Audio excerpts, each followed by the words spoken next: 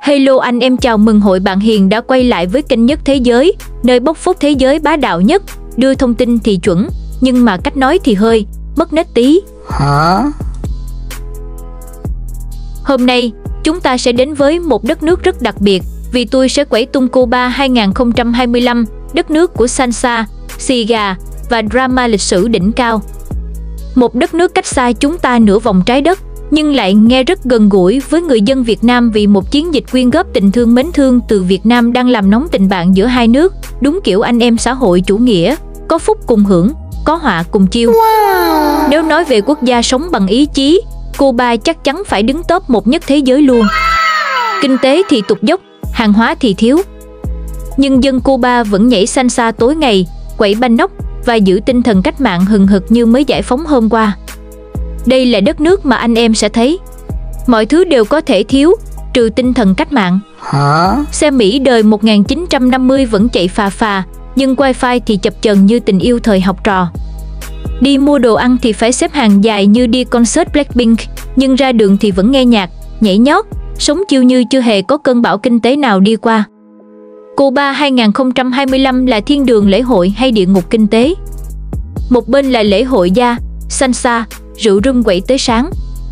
Một bên là mất điện, thiếu xăng, đồng peso bay màu và dân xếp hàng mệt nghỉ. Trong khi Mỹ thì cấm vận căng như dây đàn, Nga, Trung thì chơi cùng phe nhưng chưa chắc cứu nổi. Kết quả, Cuba biến thành một vở drama lịch sử vừa hài hước, vừa đau thương, vừa đáng suy ngẫm. Và hôm nay, tôi sẽ cùng anh em bóc trần Cuba. Tại sao nghèo nhưng quẩy vẫn đỉnh? Kinh tế toang nhưng tinh thần dân thì chiêu vô cực. Và câu chuyện này liên quan gì tới Việt Nam tụi mình? Sẵn sàng chưa nào anh em? Đập ngay nút đăng ký cho kênh Nhất Thế Giới, vì mỗi video tụi mình không chỉ kể chuyện mà còn chọc thủng drama thế giới theo cách ngầu và mất nết nhất hệ mặt trời. Hả? Ok, giờ thì vào xem bạn nhỏ Cuba 2025 thôi anh em ơi.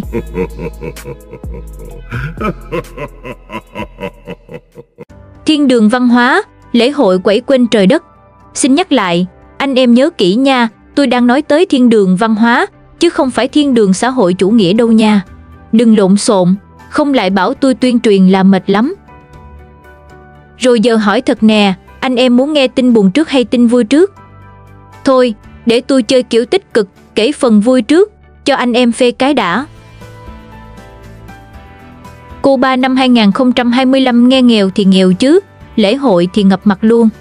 Havana Albinio ngày 15 tháng 11 năm 2024 đến ngày 28 tháng 2 năm 2025, chủ đề chân trời chung.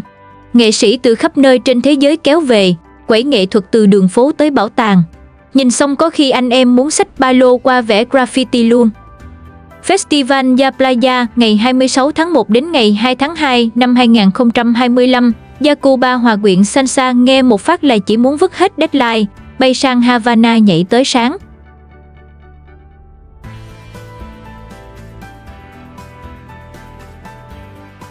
El Festival del Habano ngày 24 đến ngày 28 tháng 2 năm 2025, lễ hội xì gà huyền thoại. Đây là nơi dân chơi thử Cohiba, Monte Cristo xịn sò như VIP rít một hơi là quên hết drama kinh tế, quên luôn cái cảnh cúp điện ngoài kia. Pina Colada en Ciego de Avila tháng 4 năm 2025, cốc tay nhạc sống và party xuyên đêm. Nghe tên thôi là thấy say mềm rồi anh em ạ.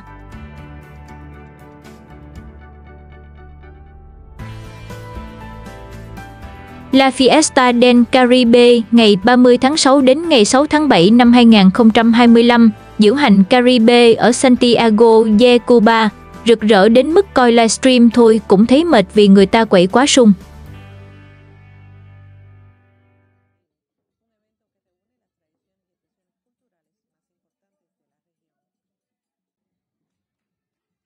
Festival del Cine Pobre ngày 15 đến ngày 19 tháng 4 năm 2025, phim thì nghèo budget, nhưng nội dung lại giàu chất lượng.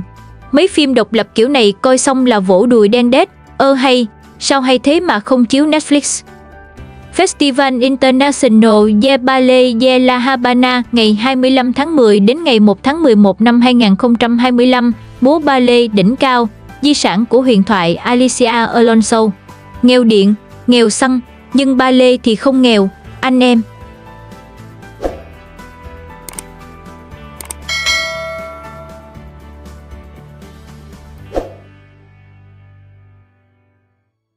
Nói thiệt, Cuba có thể mất điện như cơm bữa xăng thì nhỏ giọt, nhưng lễ hội thì chưa bao giờ thiếu. Tinh thần dân Cuba đúng kiểu bá đạo, nghèo tiền nhưng giàu văn hóa. Đến mức Mỹ nhìn vô cũng cay, phải cấm vận cho đỡ ghen tị. Chưa hết, thể thao, sắc đẹp Cuba cũng lên hương. Bóng ném, Cuba thắng Mexico 34-25 ngày 15 tháng 8 năm 2025.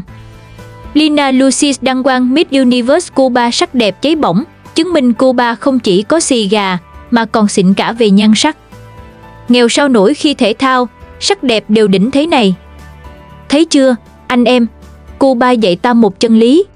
Tinh thần lớn hơn vật chất, quẩy trước, lo sau. Cuộc đời ngắn ngủi, có vui thì chơi liền, còn drama kinh tế, để mai tính. Vì lát nữa, tôi sẽ kể cho anh em nghe cái phần khóc dở méo dở phía sau.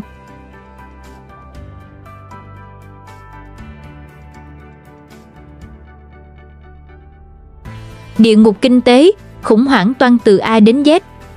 Anh em ạ, nói về Cuba thì không thể nào bỏ qua cái chương kinh điển nhất, Kinh tế Cuba 2025, toan từ A đến Z. Và tin mình đi, đây là phần đau thương, bi hài và cà khịa nhất trong chủ đề Cuba hôm nay. Khủng hoảng kinh tế toàn diện. Theo như tôi thu thập được thì Cuba 2025 là thời kỳ khủng hoảng kinh tế tệ nhất từ lúc Liên Xô sụp đổ. GDP tụt dốc không phanh, lạm phát năm 2023 đã 31%, nay còn cao hơn. Đồng peso mất giá thảm hại, theo cập nhật hơn tại là 1 đô la Mỹ đổi được 24 peso Cuba, mà ra chợ đen thì gấp đôi. Tính ra giá trị đồng Cuba cũng còn cao chán nhỉ. Tình hình Cuba tệ tới mức Việt Nam mình phải phát động quyên góp lá lành đùm lá rách đùm lá nát đùm lá, gì nữa ta? Anh em comment giúp tôi câu này nha. Mà nghe đồn ở một số chỗ, quyên góp kiểu tùy lòng hảo tâm nhưng bị trừ thẳng lương luôn, đúng không? Comment xác nhận cho tôi biết cái drama này đi, anh em. Ok, giờ quay lại với anh em kết nghĩa Cuba nào. Nền kinh tế Cuba đúng kiểu huyền thoại thời bao cấp, giống Việt Nam trước đổi mới 1986. Ở Việt Nam giờ xếp hàng mua vé concert Sơn Tùng để cho vui, còn được chụp hình check-in, chứ ở Cuba xếp hàng chỉ để sống sót. Một bên là giải trí, một bên là sinh tồn. Khác biệt nằm ở chỗ đó. Gạo, đường, sữa, giấy vệ sinh, muốn mua gì cũng phải xếp hàng. Đi chợ ở Cuba giờ giống chơi xổ số, hôm nay may mắn thì có dầu ăn, mai hên lắm thì vớ được cuộn giấy vệ sinh. Ngành đường, biểu tượng Cuba, không phải sugar baby nha anh em, giờ thê thảm. Sản lượng dưới 150.000 tấn, thấp nhất trong hơn 100 năm, phải nhập khẩu đường. Hài hước chưa? Cường quốc mía đường giờ đi mua đường nước ngoài, đúng kiểu toan không kịp trở tay.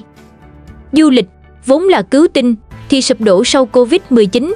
Còn nông nghiệp, từng xuất khẩu mía, xì gà cho cả thế giới, giờ nông dân Cuba lại phải đi xin hạt giống từ bạn bè quốc tế. Nghe thôi đã thấy toan toàn tập.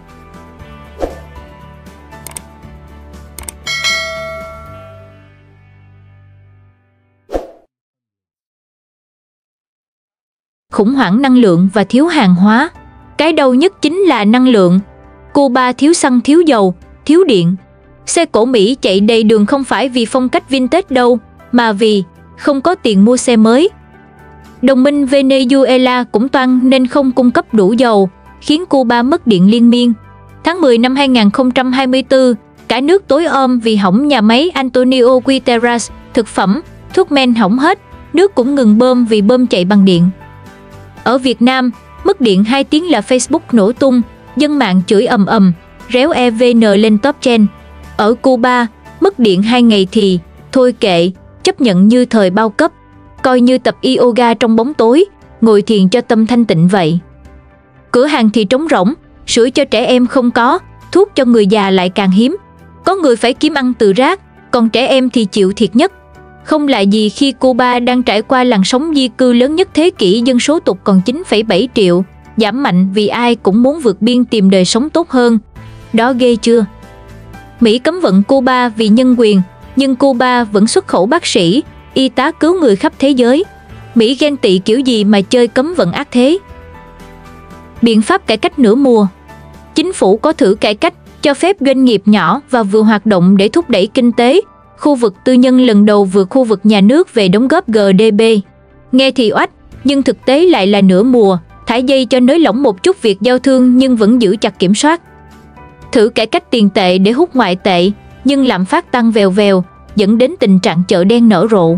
Chính phủ tăng lương hưu tí xíu cho người già, nhưng với lạm phát thế này, lương hưu mua được vài ổ bánh mì là cùng.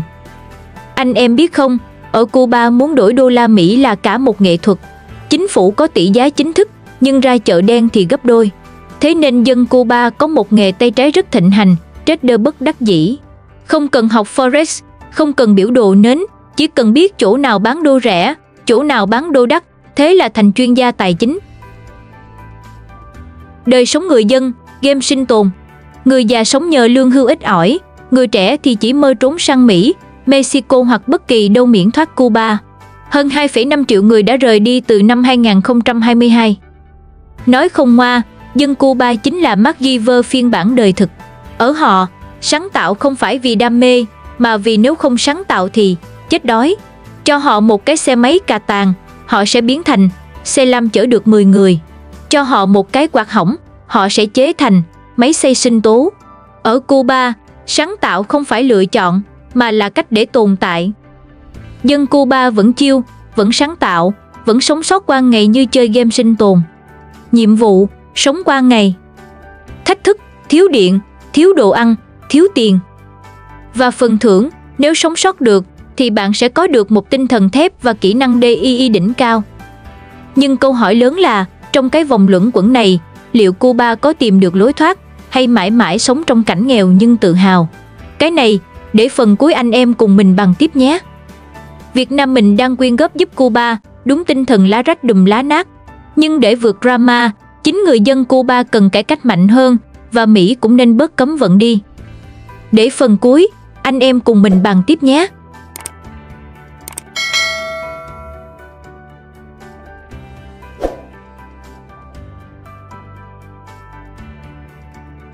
Chính trị và đối ngoại, cú twist của cấm vận và đồng minh.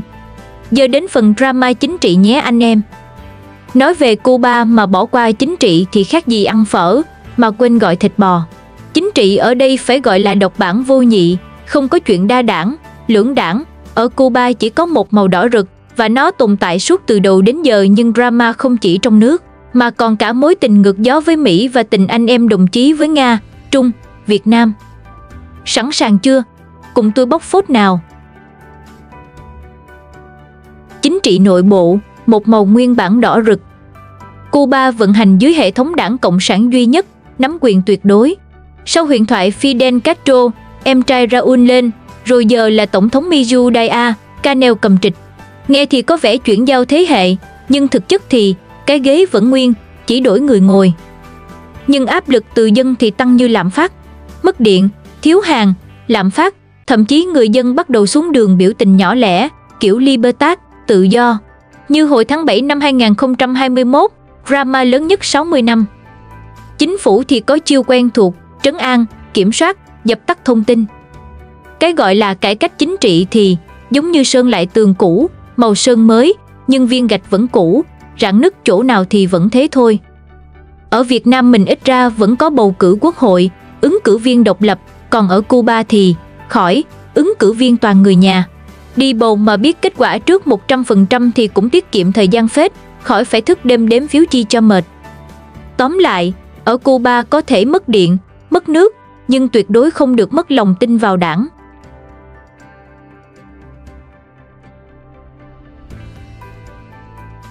Đối ngoại, bài ca anh em xã nghĩa. Mỹ, Cuba. Câu chuyện giữa Cuba và Mỹ là một mối tình ngược gió. Mỹ cấm vận Cuba từ năm 1960, đến giờ vẫn siết.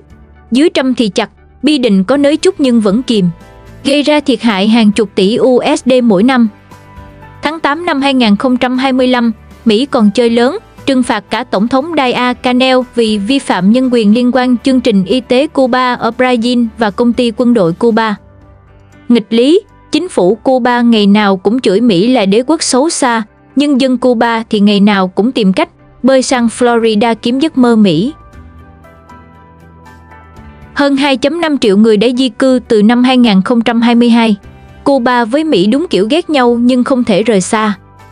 Cấm vận chồng thêm cấm vận, nhưng dân thường mới là người hứng đạn. Mỹ cấm vận, Cuba thì cấm buồn, còn dân thì cấm hỏi bao giờ mới hết khó khăn.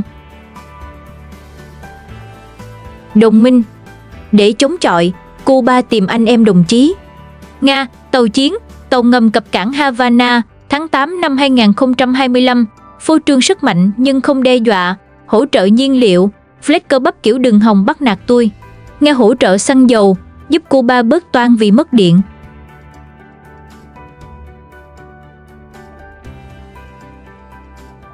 Trung Quốc, phúc tin mới, đầu tư 55 nhà máy năng lượng mặt trời, dự kiến thêm 37 công trình tới năm 2028 nhằm giải quyết khủng hoảng năng lượng và giảm phụ thuộc vào giảm phát lưới điện. Trung Quốc đúng kiểu anh lớn, vừa đầu tư, vừa chiêu.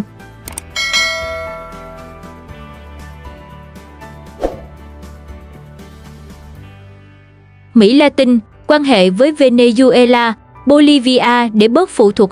Hai bạn thân Mỹ Latin cùng cảnh ngộ nên dễ hiểu nhau, nhưng Venezuela cũng toan nên hơi khó. Việt Nam, tình hữu nghị đặc biệt, ý tôi là tình anh em hội xã chủ nghĩa lá rách đùm lá nát Á. Mỗi lần Cuba khủng hoảng là Việt Nam lại phát động quyên góp giúp người anh em Cuba vượt khó, đúng kiểu có phúc cùng hưởng, có họa cùng chiêu. Các chuyến thăm cấp cao Việt Nam, Cuba liên tục và hỗ trợ lẫn nhau hàng năm, khẳng định tình bạn không toan nổi. Nói chung, bạn bè Cuba nhiều lắm, toàn bạn cùng cảnh ngộ. Người ta hay bảo ngưu tầm ngưu, mã tầm mã. Ở đây thì chắc phải sửa lại, đồng chí tầm đồng chí.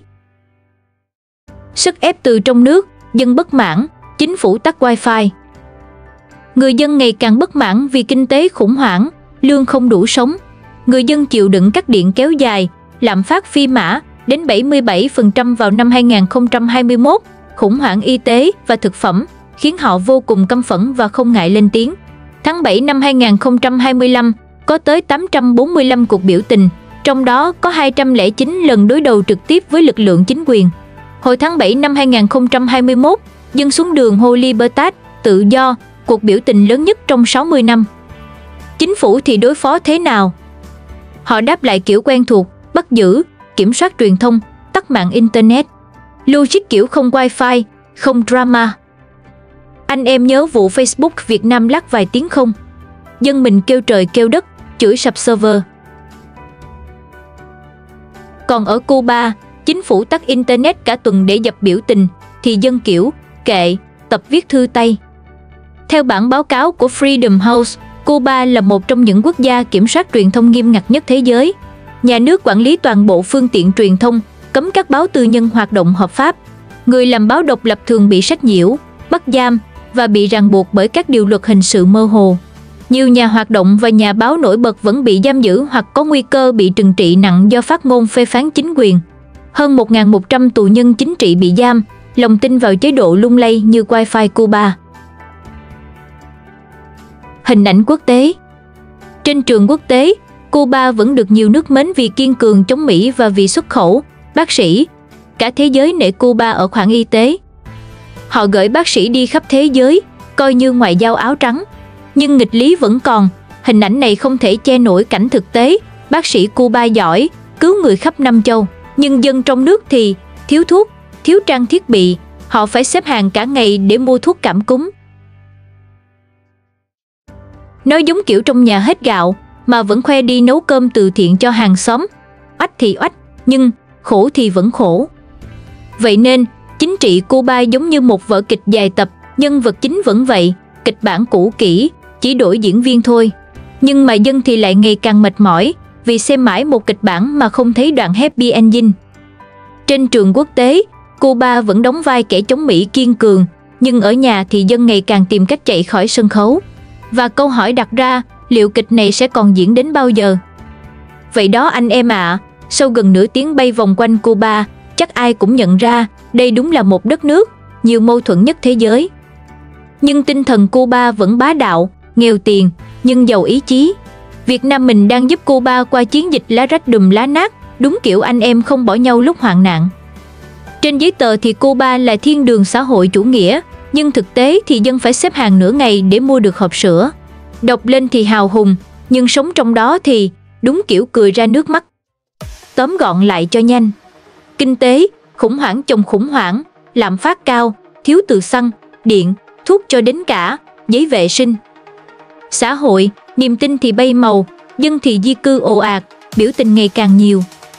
Chính trị, ghế đổi người, nhưng hệ thống thì vẫn nguyên si, không có khái niệm đa sắc màu. Đối ngoại, chửi Mỹ thì căng đét, nhưng vẫn phải chạy đi tìm đồng minh và loay hoay tìm cách sống sót. Cuba lúc này giống như một quán cà phê treo biển sang chảnh nhất thế giới. Nhưng anh em bước vào thì cà phê hết, đường hết, sữa cũng hết.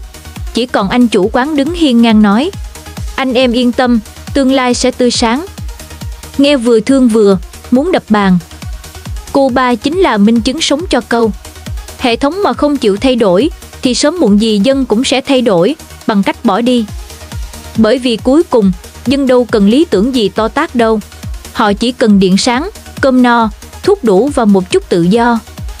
Đúng là một đất nước vừa hài hước, vừa đau lòng. Nghe xong chắc nhiều anh em thở phào, ôi may quá, mình còn ở Việt Nam. Nhưng mà này, Cuba cũng giống như cái gương soi. Nếu một ngày nào đó mình không chịu cải cách, không chịu thay đổi, thì ai biết được, có khi lại thành phiên bản copy-paste y hệt. Và đó, anh em ạ, Cuba, đất nước ngầu nhưng khổ, nơi mà drama chính trị còn dài hơn cả phim truyền hình Ấn Độ. Anh em biết không, có một đất nước nghèo đến mức phải cắt điện xoành xoạch, xăng thì phải chia theo giọt, đi siêu thị mua gà cũng phải xếp hàng cả ngày. Nhưng nghịch lý thay, cái họ đem đi xuất khẩu nhiều nhất lại không phải dầu mỏ, không phải gạo, cũng chẳng phải quần áo made in China, mà là bác sĩ. Đúng rồi đấy, khi cả thế giới buôn dầu, buôn chip, buôn điện thoại, thì Cuba lại buôn con người có bằng cấp. Một đất nước nghèo đô la, nghèo vật chất, nhưng lại giàu văn hóa, giàu tinh thần và đặc biệt giàu lễ hội.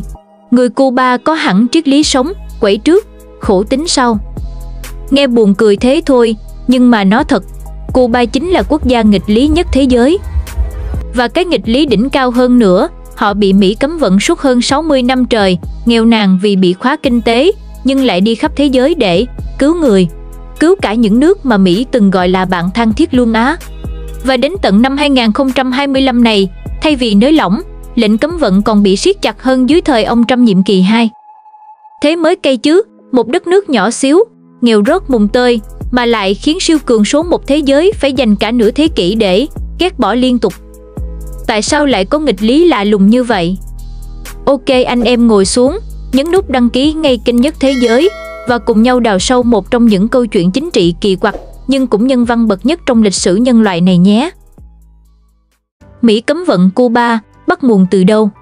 Anh em biết không, cái drama Mỹ, Cuba này không phải tự nhiên mà có, mà bắt đầu từ cách mạng Cuba năm 1959 dưới thời Tổng thống Mỹ Dwight D. Eisenhower. Lúc đó, Fidel Castro cùng nhân dân Cuba lật kèo thành công, đá bay chế độ độc tài Batista, một bạn thân của Mỹ.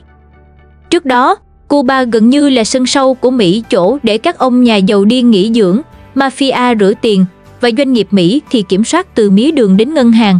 Nhưng khi Fidel Castro lên, ông quốc hữu hóa toàn bộ đất đai, ngân hàng, doanh nghiệp mà đa số thuộc về công ty Mỹ. Mỹ nghe xong chỉ muốn chửi thề, ơ kìa, ăn chơi của tao đâu hết rồi.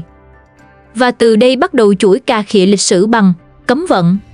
Năm 1960, Mỹ tung chiêu đầu tiên, cắt nhập khẩu đường từ Cuba, mà Cuba lại là nước sống nhờ xuất khẩu đường. Đường của Cuba ngọt, nhưng mà quan hệ Mỹ-Cuba từ đây thì đắng nghét. Năm 1961, Mỹ huấn luyện lính lưu vong Cuba, cho đổ bộ vào vịnh con heo, Bay of Pigs, để lật Fidel Castro. Ai ngờ, kết quả thất bại nhục nhã. Cuba thắng tưng bừng, còn Mỹ thì quay độ luôn.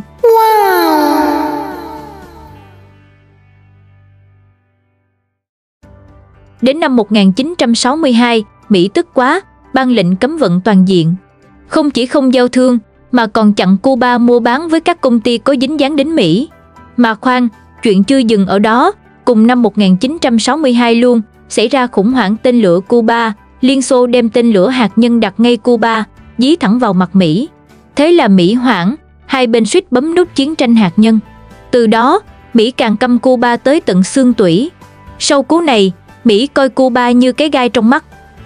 Cũng năm đó, Tổng thống John F. Kennedy ký Proclamation 3447 dựa trên đạo luật giao dịch với kẻ thù 1917, chính thức biến Cuba thành quốc gia bị cấm vận toàn diện. Điều này cấm hầu hết thương mại giữa hai nước, trừ một số trường hợp nhân đạo như thực phẩm và thuốc men đặc biệt. Đây là phản ứng sau khủng hoảng tên lửa Cuba, khi Liên Xô đặt tên lửa hạt nhân ở Cuba. Tổ chức các quốc gia châu Mỹ, OAS, cũng đình chỉ tư cách thành viên của Cuba dưới sức ép từ Mỹ. Mục tiêu ban đầu của lệnh cấm vận là lật đổ chính quyền Castro bằng cách gây áp lực kinh tế, buộc Cuba phải thay đổi chính sách hoặc sụp đổ. Nhưng kết quả thì anh em biết rồi đấy, Cuba không sụp, mà quay sang ôm chặt Liên Xô để sống sót. Các đời tổng thống Mỹ về sau, từ Kennedy, Johnson, Reagan, Bush, Clinton cho tới Trump, ai cũng tiếp tục duy trì hoặc siết thêm. Sau sự sụp đổ của Liên Xô năm 1991, Cuba rơi vào thời kỳ đặc biệt với khủng hoảng kinh tế nghiêm trọng. Năm 1992, đạo luật Torricelli cấm tàu bè ghé Cuba nếu muốn vào Mỹ. Năm 1996, đạo luật Helms-Burton cho phép Mỹ kiện công ty nước ngoài sử dụng tài sản từng thuộc Mỹ ở Cuba. Từ đây, lệnh cấm vận biến thành luật chứ không chỉ phụ thuộc tổng thống.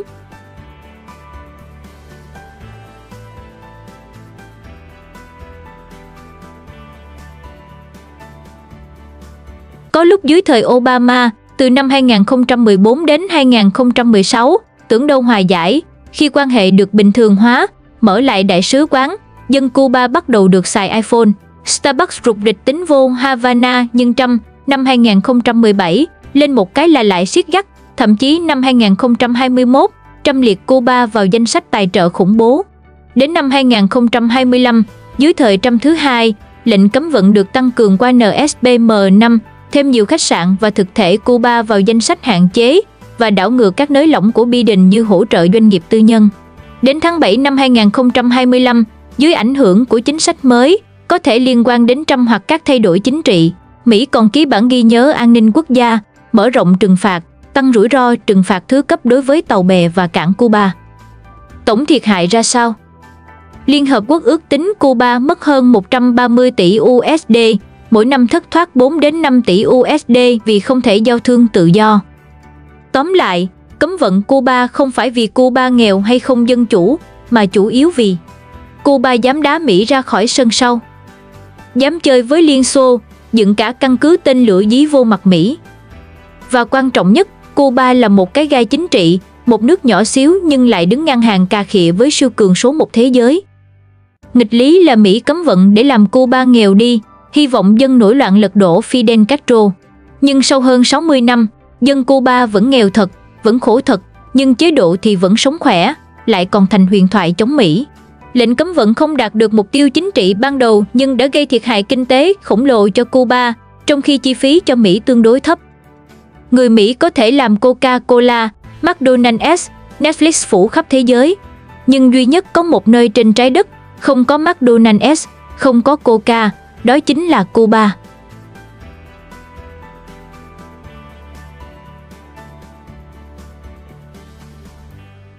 Chương trình xuất khẩu bác sĩ của Cuba. Anh em nghe mà coi, một đất nước nghèo đến mức điện thì cướp xoành xoạch, xăng thì tính từng giọt, vật tư y tế thì thiếu thốn. Ấy vậy mà Cuba lại trở thành ông hoàng bác sĩ quốc tế. Nghe nó sai không? Nhưng mà đúng đấy. Từ thời Fidel Castro, Cuba đã chơi một câu nghe nghèo mà sang. Dù nghèo tiền, nhưng không nghèo tri thức. Vậy là thay vì cắm đầu đi khai thác dầu, đào vàng hay xuất khẩu chuối, Cuba lại chọn đầu tư cực mạnh vào giáo dục và y tế. Và thế là từ những năm 1960, chương trình gọi là Y tế quốc tế, Medical Internationalism, ra đời. Ban đầu thì là giúp đỡ anh em cùng khổ, sau này thì còn là cách để Cuba kiếm ngoại tệ bù vào cái lỗ to tổ bố do Mỹ cấm vận. Nhưng mà hiệu quả thì khỏi bàn. Cuba có khoảng 90.000 bác sĩ, tỷ lệ cao nhất thế giới, trung bình cứ 100 dân thì có một bác sĩ. Mỹ nghe chắc cũng quê. Tính đến nay, hơn 600.000 nhân viên y tế Cuba đã phục vụ ở hơn 160 quốc gia. nghe như Cuba mở chi nhánh bệnh viện quốc tế toàn cầu vậy. Đến năm 2020, đâu đó 28.000 đến 30.000 bác sĩ Cuba đang tản ra khắp 60-67 quốc gia. Đến năm 2025 thì có giảm vì lệnh cấm vận mới của Mỹ, nhưng vẫn còn hàng chục nghìn người. Anh em thấy ghê chưa? Người ta xuất khẩu dầu, vàng, kim cương, Cuba thì xuất khẩu trái tim và y đức. Thậm chí sinh viên quốc tế học ngành y ở Havana còn được miễn phí học phí, bao cả học bổng. Và đây mới là cú nghịch lý vũ trụ, Cuba biến bác sĩ thành vũ khí ngoại giao. Khi có động đất ở Haiti, bác sĩ Cuba có mặt đầu tiên. Khi Ebola bùng nổ ở Tây Phi, bác sĩ Cuba bay qua, mặc đồ bảo hộ chui thẳng vô tâm dịch. Còn Covid-19 thì sao? Trong khi nhiều nước lo cứu mình còn chưa xong, Cuba vẫn gửi đội ngũ y tế đến Ý Tây Ban Nha, Nam Mỹ và châu Phi để hỗ trợ. Người ta gọi đó là đội quân áo trắng, đi đâu cũng cứu người, bất kể màu da, chính trị hay tôn giáo. Nói thiệt, nếu mà thế giới có cuộc thi quốc gia nghèo nhưng chịu chơi nhất, chắc Cuba vác cúp về nhà luôn. Vừa bị Mỹ siết cổ 60 năm, vừa thiếu thốn đủ đường, mà vẫn cho đi. Wow!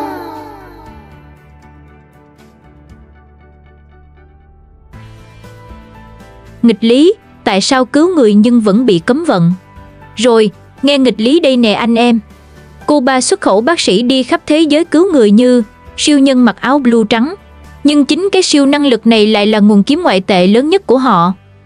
Số liệu cho thấy, năm 2006, chương trình này mang về 2,3 tỷ USD, chiếm 28% tổng xuất khẩu.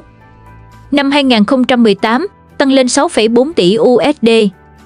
Năm 2022, dù bị siết, vẫn 4,9 tỷ USD. Mà Cuba thì đâu có tự do như gió trời cho mấy ông bác sĩ này. Chính phủ giữ lại 70 đến 95% lương do nước chủ nhà trả, còn bác sĩ nhận phần ít ỏi còn lại. Hộ chiếu thì bị giữ, đi đâu cũng có người kè kè giám sát. Ai bỏ trốn, xin lỗi, bị gắn mác phản bội, cấm về nước ít nhất 8 năm. Thế là Mỹ cáo buộc Cuba, nào là xuất khẩu bác sĩ để kiếm ngoại tệ, ép buộc y sĩ đi làm như lao động cưỡng bức, nào là buôn người trá hình, thậm chí ép bác sĩ can thiệp chính trị ở mấy nước như Venezuela.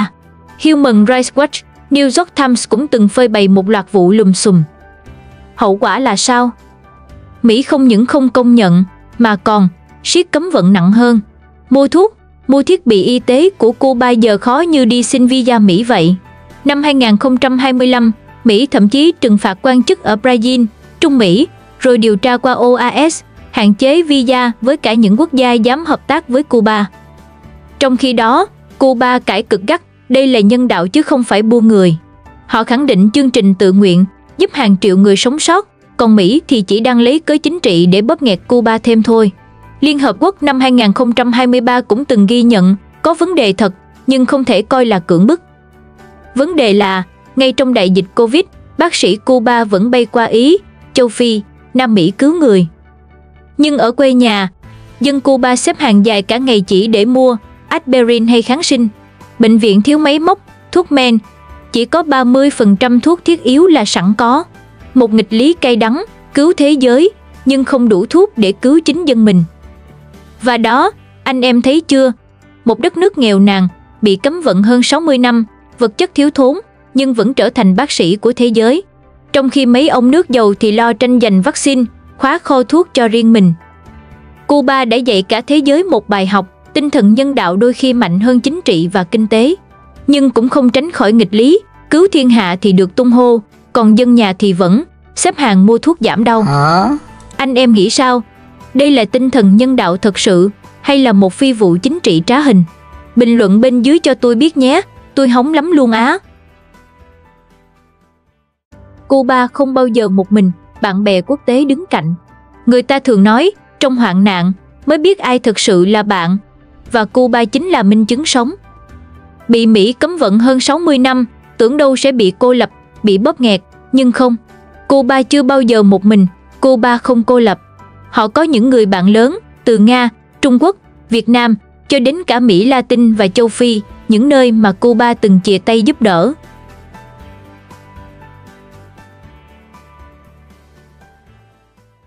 1. Liên Hợp Quốc, cả thế giới đứng về phía Cuba.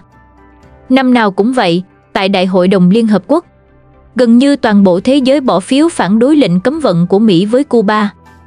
Kết quả hầu như tuyệt đối, hơn 190 nước ủng hộ Cuba, chỉ có Mỹ và 1-2 ông bạn thân là bỏ phiếu chống. Năm 2023, 187 nước ủng hộ Cuba, chỉ Mỹ và Israel chống lại. Họ gọi cấm vận là bất công, gây thiệt hại 4,87 tỷ USD mỗi năm. Nghĩa là, cả thế giới coi lệnh cấm vận này là vô lý và phi nhân đạo.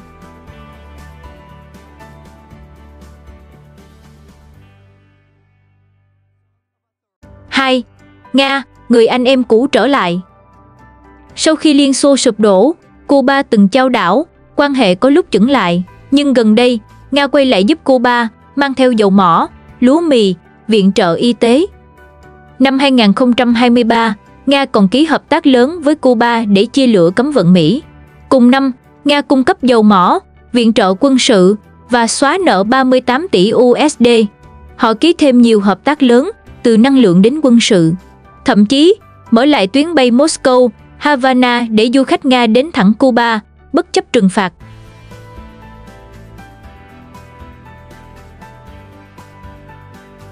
Ba, Trung Quốc, đồng minh chiến lược. Nếu Nga là bạn cũ, thì Trung Quốc chính là đối tác thương mại lớn nhất của Cuba hiện tại. Năm 2023, thương mại song phương đạt gần 2 tỷ USD, bất chấp cấm vận. Trung Quốc xuất khẩu máy móc, thiết bị viễn thông, ô tô điện và nhập khẩu đường mía, niken, dược phẩm từ Cuba. Bắc Kinh từng viện trợ hàng triệu liều vaccine, thiết bị y tế và tín dụng ưu đãi trong thời Covid-19. Các tập đoàn Trung Quốc đầu tư vào năng lượng tái tạo, viễn thông, hạ tầng cảng biển và 5G ở Cuba. Tháng 12 năm 2022, Chủ tịch Cuba Miguel Díaz-Canel được Tập Cận Bình đón tiếp cấp nhà nước ở Bắc Kinh và Trung Quốc cam kết hỗ trợ tái cơ cấu nợ, viện trợ nhân đạo và tăng cường đầu tư. Thực tế, Trung Quốc hiện là phao cứu sinh quan trọng nhất của Cuba trong thương mại quốc tế.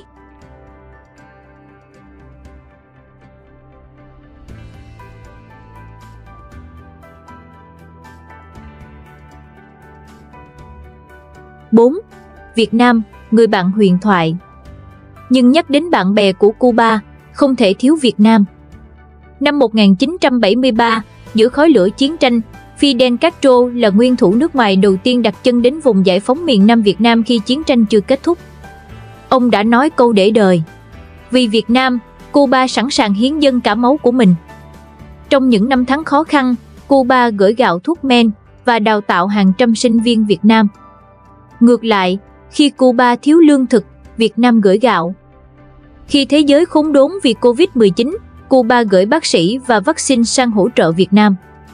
Đây không chỉ là tình bạn, mà là tình anh em máu thịt, khó có mối quan hệ ngoại giao nào sánh bằng. 5. Mỹ Latin và châu Phi, những người bạn tri ân. Ở Mỹ Latin, Cuba là thầy thuốc chung của cả khu vực. Hàng ngàn bác sĩ Cuba đã cứu sống biết bao mạng người. Và khi Cuba cần, họ gửi ngược lại lương thực, xăng dầu, ngoại tệ để giúp Havana trụ vững. Ở châu Phi, từ những năm tháng chiến đấu chống thực dân cho tới dịch Ebola, Cuba luôn có mặt. Đó là lý do hôm nay, Angola, Algeria, Nam Phi vẫn coi Cuba như anh em, đến giờ họ vẫn dành sự kính trọng đặc biệt cho Cuba. Và bạn có biết, ngay cả Ý, một quốc gia châu Âu giàu có, cũng từng phải cầu cứu bác sĩ Cuba trong đại dịch Covid-19. Một hình ảnh khiến cả thế giới xúc động. Cho nên, Mỹ có thể mạnh, Mỹ có thể bao vây, nhưng Mỹ không thể cô lập Cuba hoàn toàn. Bởi Cuba có ít tiền, nhưng có tình người, và chính tình người ấy đã trở thành quyền lực mềm mạnh nhất cả thế giới nể phục và sẵn sàng chìa tay giúp đỡ. Cấm vận có thể làm Cuba nghèo vật chất, nhưng không bao giờ làm Cuba nghèo bạn bè. Một quốc gia nhỏ bé, nhưng có những người bạn lớn sẵn sàng sát cánh, có sự ủng hộ mà không siêu cường nào sánh được. Và đôi khi, được yêu mến, được tôn trọng trên toàn cầu, còn giàu hơn bất kỳ kho vàng, kho dầu nào. Đó là sức mạnh khiến Mỹ dù hùng mạnh đến đâu, cũng không thể quật ngã Cuba.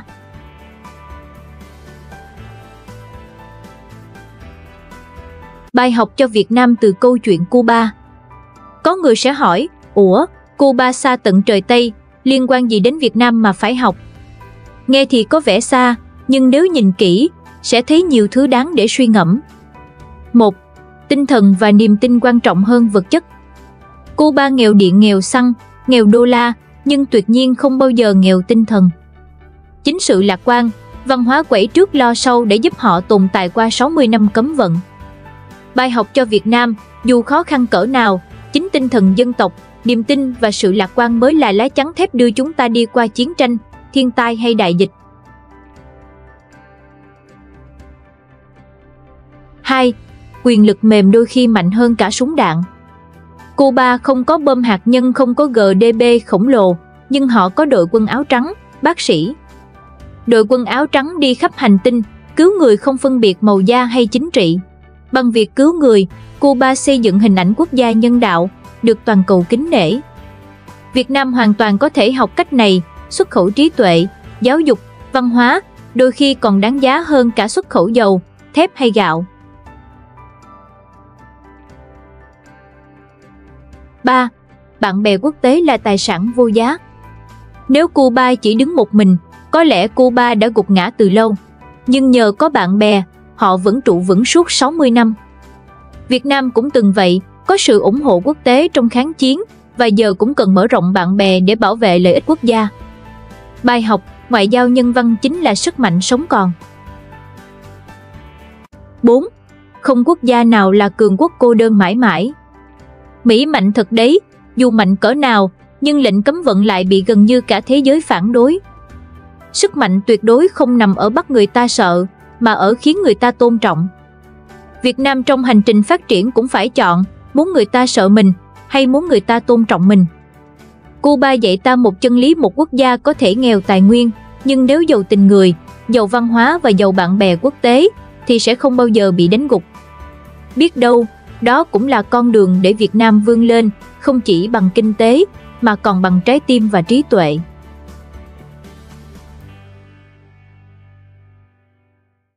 Cuba, một quốc gia đầy nghịch lý, nhưng lại để lại cho thế giới một bài học thấm thía. Trong một thế giới mà tiền bạc và quyền lực thường quyết định tất cả, Cuba nhắc nhở chúng ta rằng cái mạnh nhất, cái giúp một dân tộc đứng vững, không phải vàng, không phải dầu mỏ, mà là trái tim và sự đoàn kết. Cuba nghèo vì cấm vận, nhưng vẫn hào phóng gửi bác sĩ đi khắp thế giới. Trong khi Mỹ nói là vì nhân quyền, nhưng lại để hàng triệu người Cuba phải chịu khổ vì thiếu thuốc, thiếu lương thực. Thành ra, dân thường là người chịu trận, còn giới lãnh đạo thì vẫn ngồi ghế, đọc diễn văn đều đều. Thế giới thì chia hai luồng ý kiến. Có người gọi Cuba là thiên thần áo trắng, biểu tượng của nhân đạo. Có người lại bảo Cuba đang kinh doanh trên lưng bác sĩ. Vậy rốt cuộc, Cuba là người hùng nhân đạo, hay chỉ là nạn nhân của chính trị toàn cầu? Anh em nghĩ sao? Việt Nam có nên học Cuba ở điểm nào không? Hãy để lại ý kiến dưới phần bình luận nhé! Và đừng quên like, share, subscribe để ủng hộ kênh Nhất Thế Giới, cũng như cùng nhau bóc trần những nghịch lý khó đỡ khắp hành tinh trong các video tiếp theo nhé! Video hôm nay đến đây là kết thúc. Xin chào và hẹn gặp lại anh chị em trong các chủ đề hấp dẫn tiếp theo. Bye!